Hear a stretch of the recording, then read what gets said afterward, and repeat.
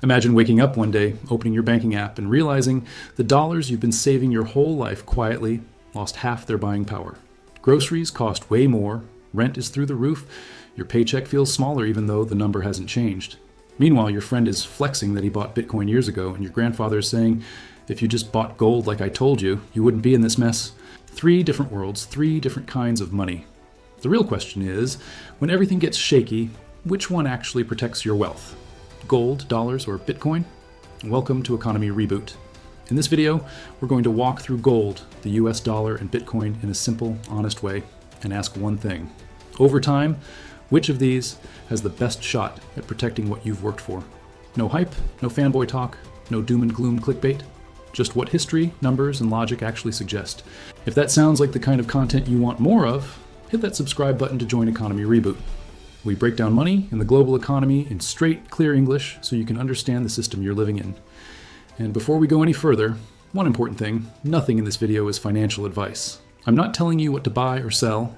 This is education and perspective so you can think for yourself. Always do your own research and talk to a qualified professional before making big financial decisions. Let's start by being very clear about what protecting your wealth even means. Wealth isn't just a number on a screen. Wealth is the amount of real stuff you can get with that number. Food, housing, healthcare, education, time freedom, options. If you've got $10,000 today, and in 10 years, that same $10,000 can only buy half as much, your number stayed the same, but your wealth shrank.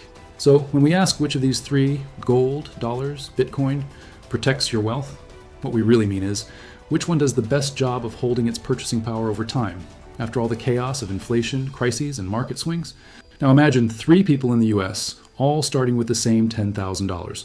The first person takes that $10,000 and just keeps it as cash and in a basic bank account, all in dollars.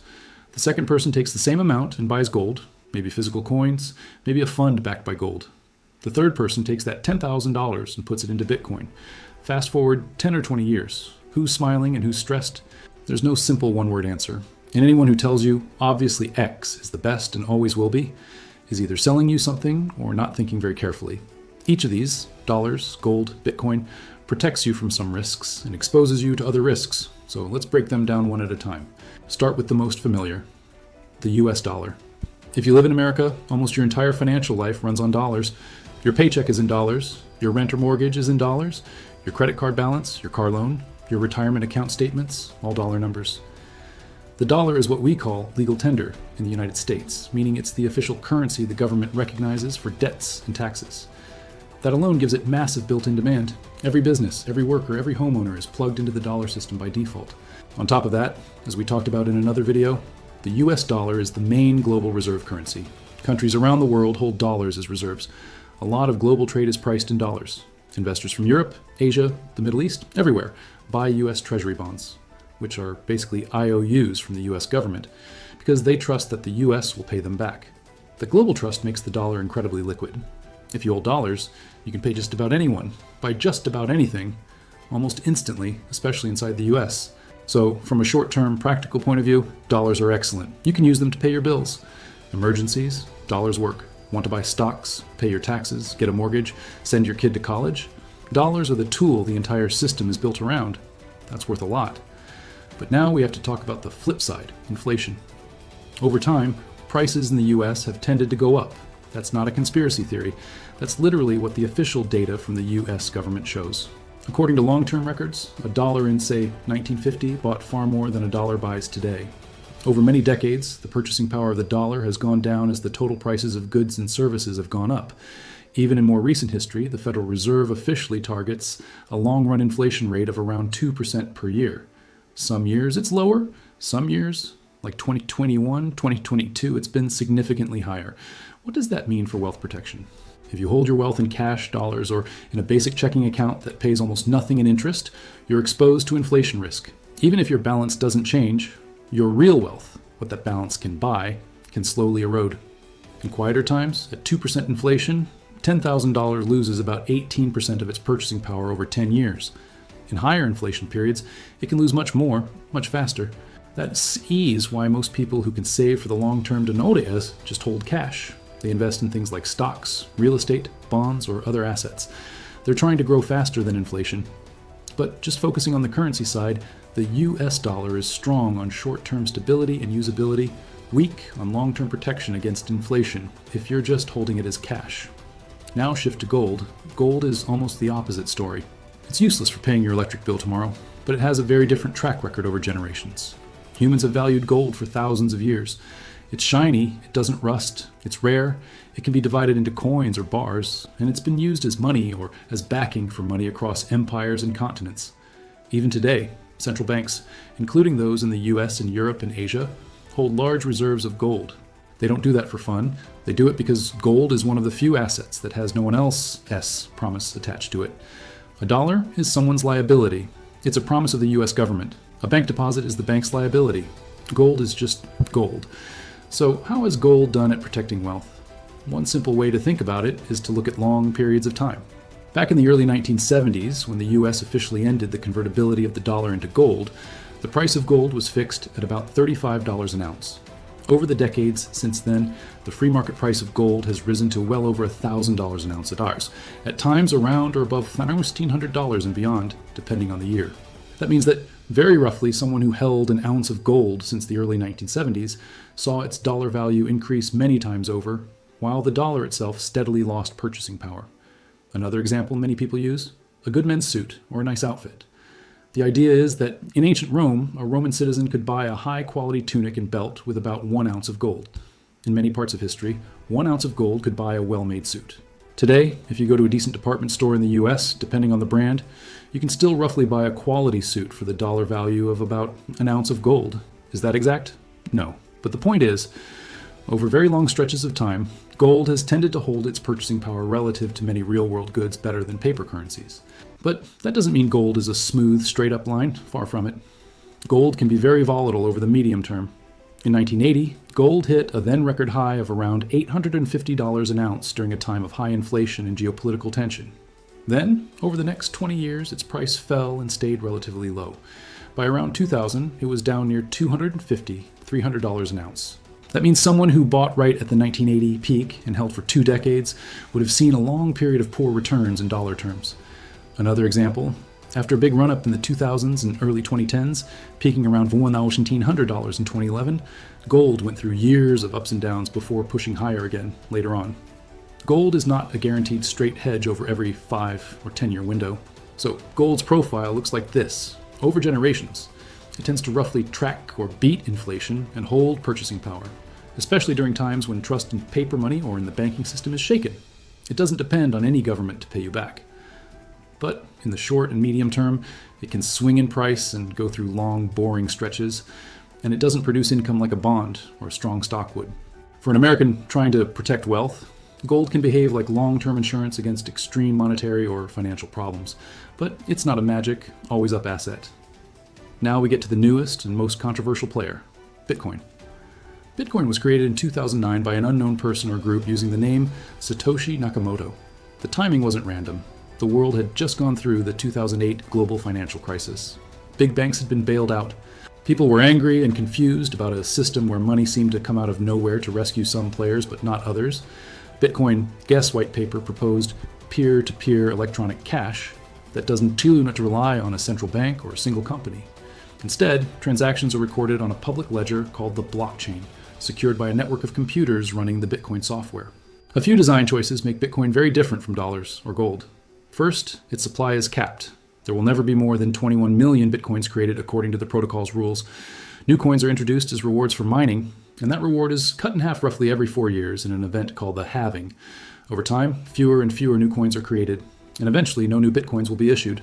Compare that to dollars, where the supply can and does grow over time based on economic conditions and the decisions of the Federal Reserve and the banking system. Second, Bitcoin doesn't require trust in a single government or company. If you hold your coins in a properly secured wallet where you control the private keys, nobody can just print more and dilute you, and no single bank can freeze that account. That's the theory. In practice, of course, many people rely on exchanges and services, and that introduces other types of risk. But at its core, Bitcoin was designed to be independent, scarce, and global. So has Bitcoin protected wealth? It depends entirely on when you got in and how much volatility you can stomach. If someone bought Bitcoin back in its very early days, when it was worth just pennies or a few dollars, and held it until a major bull market peak, their returns were astronomical. Even someone who bought in, say, 2015 and held through the ups and downs might still be up significantly in dollar terms as of the mid-2020s, depending on the exact dates. But the flip side is brutal. Bitcoin's price history is full of massive booms and crashes. In 2017, it rose from under $1,000 at the start of the year to nearly $20,000 by December, then crashed by more than 80% over the following year. In a later cycle, it reached new highs and then again dropped by more than half from peak to trough. That level of volatility is normal in the crypto world, but extreme compared to traditional currencies, and even compared to gold. For someone trying to protect wealth, that raises a tough question. Is something that can drop 50 to 80% in a single year really a store of value? Or is it more of a speculative, high-risk, high-reward asset?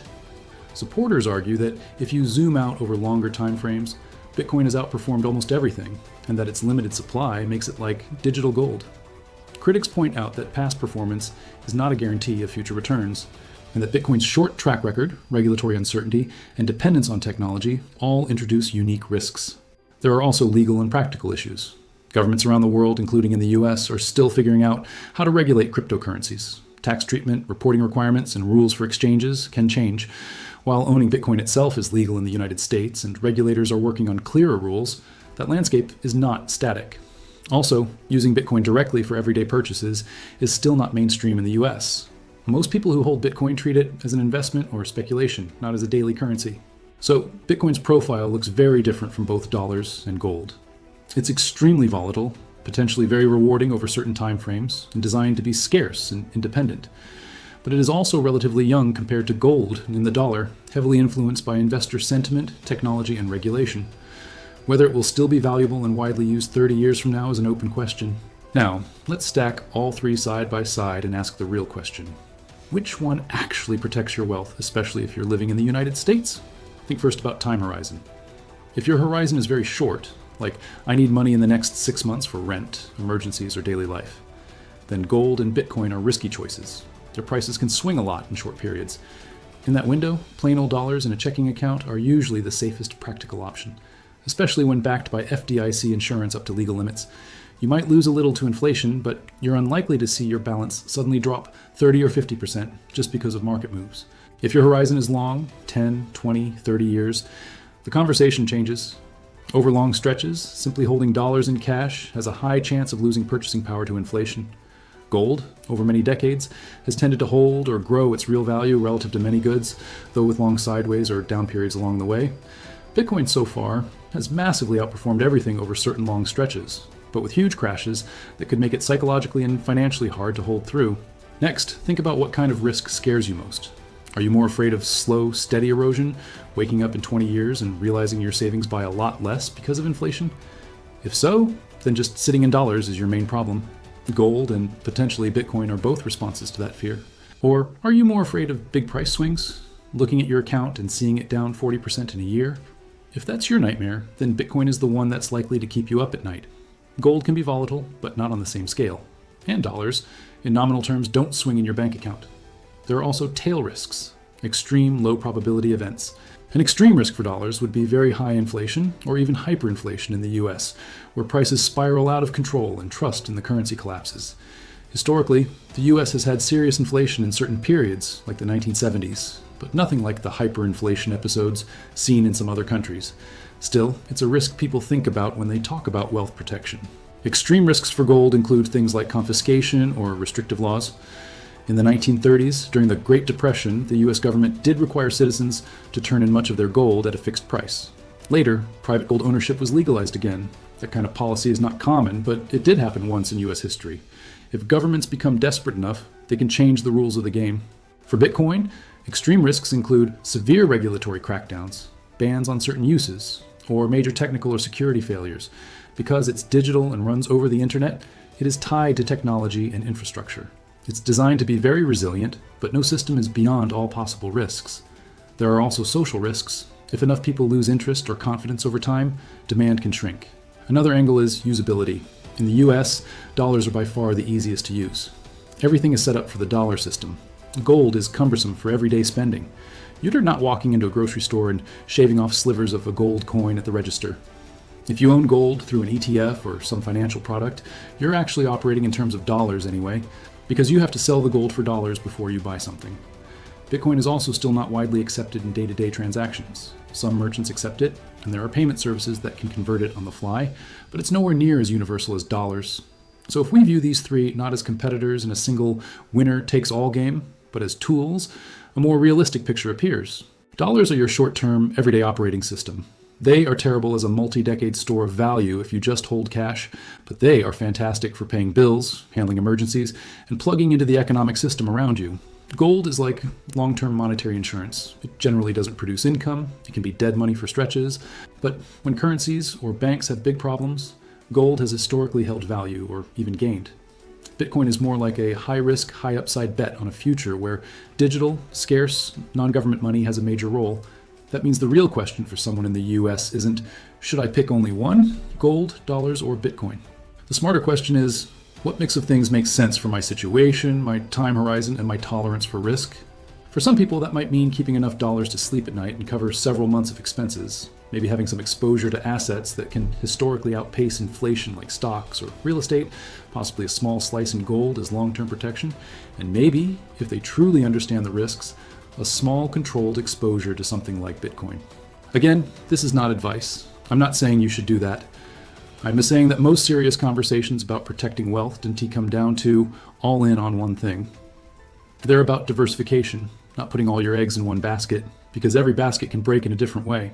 Here's another way to think about it that might help. Imagine you're forced to lock away a chunk of your wealth for 20 years.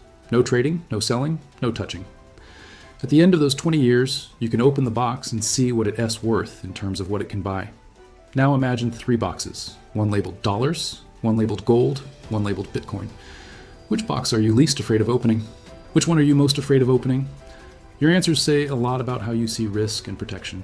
Historically, just based on the past, gold has a strong claim as a 20-year store of purchasing power.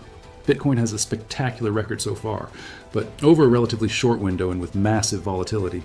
Dollars, over 20 years, have tended to lose purchasing power unless they were invested in something productive like businesses, property, or interest-bearing assets.